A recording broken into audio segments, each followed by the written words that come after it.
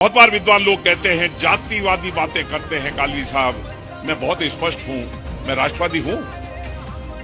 मैं प्रदेश के हितों की बात भी करना जानता हूं, पर मैं बहुत स्पष्ट हूं, जो अपनी जात का नहीं है वो अपने बाप का नहीं है, जो अपने बाप का नहीं है वो अपने राष्ट्र का नहीं हो सकता कभी भी। ये आवाज सोमवार को हमेशा हमेशा के लिए खामोश हो गई। ये वो आवाज थी जिनकी एक आवाज पर राजपूत समाज के लाखों युवा कुछ भी कर गुजरने के लिए तैयार हो जाते थे। ये आवाज थी करनी सेना के संस्थापक लोकेंद्र सिंह कालवी की, जिनका सोमवार को जयपुर के सवाई मानसिंह अस्पताल में हृदय गति रुकने से निधन हो गया। अपने समाज के मुद्दों को लेकर कालवी पिछले 1.5 दशक से काफी मुखर रहे। भड़काऊ मुद्दे उन तक चले आते थे या वो खुद ऐसे मुद्दों तक चले जाते थे। वो जोधा अकबर फिल्म के खिलाफ अभियान चलाकर सुर्खियों में आए थे, लेकिन फिल्म पद्मावत मुद्दे ने उनकी सुर्खियों का फलक बड़ा कर दिया। लंबी कदकाठी और राजपूती लिबास के साथ जब वो सभा में आविर्भूत होते थे, बरबस ही लोगों का ध्यान उनकी ओर चला जाता था। वैसे तो उनकी शारीरिक बनावट उन्हें खास पहचान देती थी, लेकिन खुद भी वो अपने वजन और कद का उल्लेख करना नहीं भूलते थे।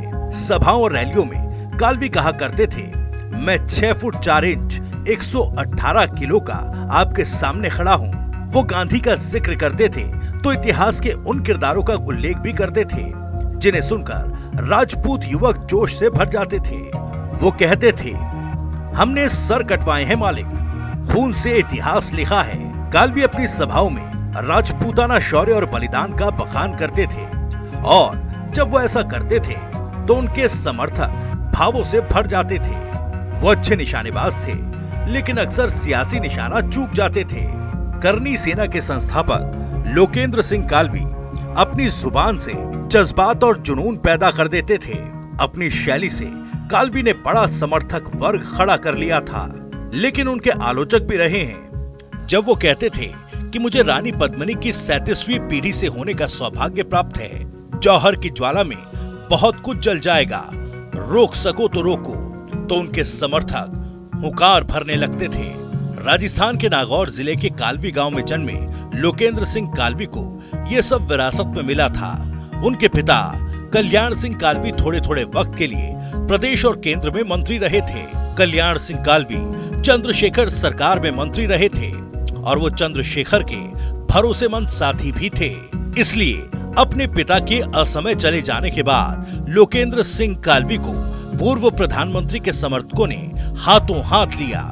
वो अजमेर के मेयो कॉलेज में पढ़े। मेयो कॉलेज एजुकेशन के लिहाज से पूर्व राज परिवारों की पसंदीदा जगह रही। कालवी हिंदी और अंग्रेजी दोनों भाषाओं में आसानी से अपनी बात कहते थे। कम ही लोग जानते होंगे कि वो बास्केटबॉल के भी अच्छे खिलाड़ी थे। इस राजपूत नेता की नजर और हाथ शूटिंग के लिए बड़े मुफीद थे। कालवी को निशानेबाजी ने कुछ मेडल भी दिलवाए, लेकिन ये विडंबना ही है कि जब जब उन्होंने चुनाव लड़ा, निशाना चूक गया। कालवी नागौर से लोकसभा के लिए चुनावी मैदान में उतरे और हार गए। फिर 1998 में कालवी ने बीजेपी उम्मीदवार के रूप में बाड़मेर से संसद में जाने की कोशिश की, पर शिकस्त मिली। वो किसी तरह का कोई भी नशा नहीं करते थे, बस उन्हें एक ही नशा था, अपने समाज की बेहतरी और उनके हक दिलाने का, राजपूताना इतिहास को सहेज कर रखने का। वो अपने समाज की बात सीना ठोक कर करते थे। ऐसे में उनके आलोचक कहते थे कि वो राजस्थान में जातिवाद को प्रोत्साहित कर रहे थे, लेकिन इसका जवाब वो अपनी रैलियों में मंच से अपने ही स्टाइल में देते थे, तो मंच के सामने बैठी भीड़ उनके जवाब का समर्थन तालियों की गड़गड़ाहट से देती थी। कालवी कहते थे, जो अपनी जात का नहीं वो अपने बाप का नहीं। कालवी हमेशा जाति आधारित आरक्षण के खिलाफ रहे। साल 2003 में कालवी ने कुछ राजपूत नेताओं के साथ मिलकर सामाजिक न्याय मंच बनाया था और ऊंची जातियों के लिए आरक्षण की मुहिम शुरू की। तब वो प्राय मंचों पर कहते मिलते थे, उपेक्षित को आरक्षण, आरक्षित को संरक्षण। कालजयी कालवी के निधन पर TV9 डिजिटल की टीम की ओर से श्रद्धांजलि।